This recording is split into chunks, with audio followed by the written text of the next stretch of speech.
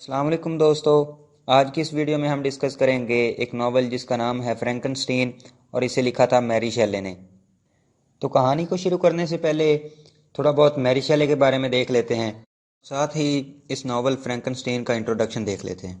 تو دوستو، میری شیلے ارلی 19 سنچری کی ناولسٹ تھیں اور یہ پی بی شیلے کی دوسری وائف بھی تھیں، اور پی بی شیلے برٹش انگلش لٹریچر کے ایک لیٹ رومانٹک پوئٹ تھے۔ میری شیلے نے پی بی شیلے سے بھاگ کر کے شادی کی تھی۔ پی بی شیلے کی ڈیتھ بہت ہی کم عمر میں ہو گئی تھی، اسی وجہ سے میری شیلے کو اپنے سیلف سسٹیننس کے لیے ورکس لکھنے پڑے اور انہوں نے رائٹنگ کا کام شروع کر دیا۔ اب یہ جو ان کا ناول فرینکنسٹین ہے، اس کو 1818 میں پبلش کروایا گیا تھا، اور اس کے علاوہ بھی میری شیلے نے کافی سارے ورکس لکھے تھے، لیکن ان کے تمام ورکس میں سے سب سے زیادہ سکسیسفل جو ہے وہ یہ فرینکنسٹین کو ہی مانا جاتا ہے۔ اب ان کے دوسرے ورکس میں لاسٹ مین ہے جو 1826 میں لکھا گیا، دوسرا ویلپرجا جو 1823 میں، اور اس کے بعد فوکنر ہے جو 1837 میں لکھا گیا۔ اب یہ جو ناول ہے فرینکنسٹین، اس کو اپیسلری ناول بھی کہا جاتا ہے، اور اپیسلری ناول ایک ایسا ناول ہوتا ہے جو لیٹرز کی شکل میں لکھا گیا ہو، مطلب اس میں سٹوری لیٹرز کے ذریعے بتائی گئی ہو۔ اس سے پہلے بھی انگلش ہسٹری میں کافی سارے اپیسلری ناولز لکھے گئے، جن میں سیمیول رچرڈسن کا پیمیلا بھی شامل ہے۔ اس ناول فرینکنسٹین کا سب ٹائٹل دا ماڈرن پرومیتھیس کے نام سے ہے، اور اس ناول کی سیٹنگ رکھی گئی ہے یورپ کے بہت سارے شہر، جن میں Switzerland, France, Scotland, England, Germany, Italy اور نارتھ پول شامل ہیں۔ اب یہ ناول جو ہے یہ فرسٹ پرسن نیریٹو ہے، مطلب اس میں جتنی بھی سٹوریز بتائی جائیں گی وہ تمام تر فرسٹ پرسن نیریٹو کے ہی حوالے سے ہوں گی، مطلب کریکٹرز کے ہی الگ الگ پوائنٹ آف ویو سے دکھایا گیا ہے فرسٹ پرسن نیریٹو۔ جتنے بھی کریکٹرز کی سٹوری کو ڈسکس کیا جائے گا وہ تمام تر فرسٹ پرسن نیریٹو ہی ہوں گی، تو اسی نسبت سے ہم اس کو فریم سٹوری کی اگزامپل بھی لے سکتے ہیں۔ تو اب یہ فریم سٹوری کیا ہے کہ کہانی کے اندر ایک اور کہانی ہونا۔ تو یہ سب تو تھا اس کا انٹروڈکشن، اب ہم اس کی سمری دیکھتے ہیں۔ تو دوستو، اس کہانی کی شروعات ہوتی ہے ایک آدمی جس کا نام ہے رابرٹ والٹن۔ وہ ایک جہاز کا کپتان ہے، اور یہ جہاز نارتھ پول کی طرف نکلا ہے۔ یہ رابرٹ والٹن اپنے کچھ ساتھیوں کے ساتھ ہے، اور یہ جہاز نارتھ پول کی طرف اس لیے نکلا ہے کیونکہ یہ رابرٹ والٹن جو ہے وہ بہت کیوریس ہے، نیچر کو ایکسپلور کرنے کے لیے بہت ہی کیوریس ہے۔ جیسے کہ ہم سب لوگ جانتے ہیں کہ رومانٹیسزم کا موسٹ امپورٹنٹ ایلیمنٹ جو ہے وہ کیوریوسٹی ہی ہے، نیچر کو ایکسپلور کرنے کی کیوریوسٹی۔ تو یہ رابرٹ والٹن بھی اسی کیوریوسٹی کو ہی لے کر نارتھ پول کی طرف نکلا ہے۔ اب یہ رابرٹ والٹن اپنی بہن مارگریٹ سوائل کو خط لکھتا ہے اور اپنی کہانی بتاتا ہے کہ نارتھ پول کے راستے پر ان کو ایک آدمی ملا ہے جس کو انہوں نے ریسکیو کیا ہے، اس کی جان بچائی ہے، اور اس آدمی کا نام ہوتا ہے وکٹر فرینکنسٹین۔ یہ رابرٹ والٹن اپنی بہن مارگریٹ کو بتاتا ہے کہ یہ وکٹر فرینکنسٹین ان کو اپنی کہانی سناتا ہے۔ یہ وکٹر رابرٹ والٹن کو اپنی کہانی سناتا ہے اور وہ بتاتا ہے کہ اس کا بچپن بہت ہی شاندار تھا۔ یہ لوگ جنیوا میں رہتے تھے، اور اس کی فیملی بہت ہی سادہ تھی، اور ان کی فیملی نے ایک لڑکی کو اڈاپٹ کیا تھا ایک فارمر کے گھر سے، جس کا نام تھا الزابتھ۔ وکٹر کی ماں اس الزابتھ لیونزا کو اپنے گھر لا کر بہت خوش تھیں، اور یہ وکٹر بھی خوش تھا کیونکہ اس سے کمپنی دینے کے لیے ایک اچھی دوست مل گئی تھی، اور یہ وکٹر اور الزابتھ ایک دوسرے کو کزن کہہ کر بلاتے تھے۔ اس کے بعد ایک وکٹر کا بہت اچھا دوست تھا جس کا نام ہنری تھا، اور وکٹر کا ایک بھائی جس کا نام ولیم تھا۔ جب یہ وکٹر 17 سال کا ہوا تو اسے یونیورسٹی میں پڑھنے کے لیے بھیجا جانے لگا، مگر یونیورسٹی جانے سے پہلے اس کی ماں کی ڈیتھ ہو گئی تھی، جس کی وجہ سے وہ کچھ عرصہ کے لیے یونیورسٹی نہ جا سکا۔ کچھ عرصہ گزارنے کے بعد وہ انگولسٹڈ یونیورسٹی چلا گیا، اور اس یونیورسٹی میں اس کا انٹرسٹ نیچرل فلسفی کی طرف تھا، مطلب یہ سائنس کی طرف توجہ زیادہ دیتا تھا۔ تو سائنس کی طرف اسی پیشن اور اسی جھکاؤ کی وجہ سے وہ زندگی کی حقیقت اور اس کے راز جاننے کے بارے میں بہت زیادہ متجسس رہتا تھا۔ تو اسی چیز کو لے کر اس کے ذہن میں کافی سارے سوالات آتے کہ زندگی کیا ہے، انسان میں جان کہاں سے آ جاتی ہے، کیا وہ بھی کسی میں جان ڈال سکتا ہے۔ تو ان تمام تر سوالات کو عملی جامہ پہنانے کے لیے انسانوں کی ایک مقدس اور نئی نسل تیار کرنے کی کوشش کرتا ہے۔ اسی سلسلے میں وہ قربان گاہوں سے انسانی ہڈیاں اکٹھی کرتا ہے اور ایک کریچر بناتا ہے۔ مگر دوستو، دکھ کی بات یہ ہے کہ وہ کریچر تھوڑا گندا بن گیا تھا۔ مطلب وکٹر بنانا کچھ اور چاہتا تھا اور بن کچھ اور گیا تھا۔ اس کا اسٹیچر، اس کی جسامت اور اس کے ہاتھ پاؤں بہت ہی بڑے بڑے بن گئے تھے اور وہ بہت ہی خطرناک لگ رہا تھا۔ لیکن خیر، پھر بھی وکٹر نے اس میں اپنے مختلف تجربات کے ذریعے، سائنس کے تجربات کے ذریعے اس میں جان ڈالی۔ وکٹر نے اس مانسٹر کو تو بنا لیا تھا، لیکن اسی دوران اسے کافی زیادہ محنت کرنی پڑی تھی، جس کی وجہ سے اس کی طبیعت خراب ہو گئی تھی، تو اس نے اس کام کو بیچ میں ہی چھوڑ دیا۔ وکٹر کی بیماری کے دوران اس کو الزبتھ لیونزا سے خط ملتا ہے، جس میں الزبتھ اس کی خیر و عافیت پوچھتی ہے۔ اسی کے کچھ دن بعد اس کو ایک اور خط ملتا ہے اس کے باپ کی طرف سے۔ اس خط سے وکٹر کو یہ خبر ملتی ہے کہ اس کے چھوٹے بھائی ولیم کا قتل ہو گیا ہے۔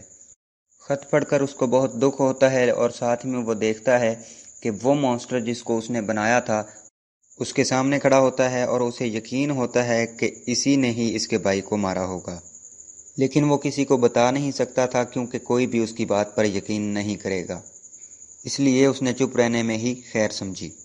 اب دوستو، کہانی میں ایک اور کریکٹر ہے جس کا نام ہے جسٹن مورٹز۔ یہ ایک میڈ تھی، ینگ میڈ تھی، جو کہ وکٹر کے گھر میں کام کرتی تھی، اور ولیم کے قتل کے بعد تمام فیملی کو شک ہوا کہ ولیم کا قتل کرنے والی یہ جسٹن مورٹز ہی ہے، کیونکہ اس جسٹن مورٹز کے پاس سے ولیم کی پکچر ملی تھی، اور اسی کو ثبوت بنا کر اس پر شک کیا گیا کہ اس نے ولیم کو مارا ہوگا۔ اگر حقیقت میں وہ قاتل تو نہیں تھی، لیکن اس کے باوجود بھی اسے موت کی سزا سنا دی گئی۔ اب وکٹر کو بہت دکھ ہوا کہ یہ جسٹن مورٹز بے قصور ہی ماری گئی تھی۔ اب اس کے بعد وکٹر اپنے مانسٹر کی گئی ٹریجڈی کو بھلانے کے لیے ویکیشنز پر چلا جاتا ہے۔